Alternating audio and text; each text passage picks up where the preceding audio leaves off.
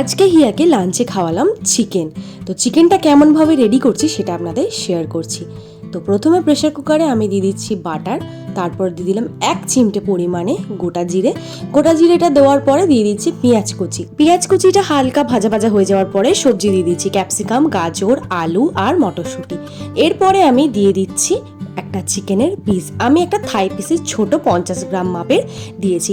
এরপরে আমি দিয়ে দিচ্ছি মশলা, নুন দিচ্ছি, আদা রসুন বাটা দিচ্ছি, গোটা জিরে দিচ্ছি, গুঁড়ো করা হলুদ গুঁড়ো দিচ্ছি, দিয়ে একটুখানি জল দিয়ে নাড়াচাড়া করে নিচ্ছি আদা রসুনের কাঁচা গন্ধটা যাতে চলে যায়। আমি কিন্তু কিরকম কোয়ান্টিটি দিয়েছি আপনাদের কিন্তু দেখিয়েই দিলাম, একদম সামান্য। এরপরে আমি দিয়ে দিচ্ছি অল্প একটু পরিমাণে গোলমরিচের গুঁড়ো, দিলে একটু হালকা ঝালঝাল হয়, হিয়া খেতে ভালোবাসে।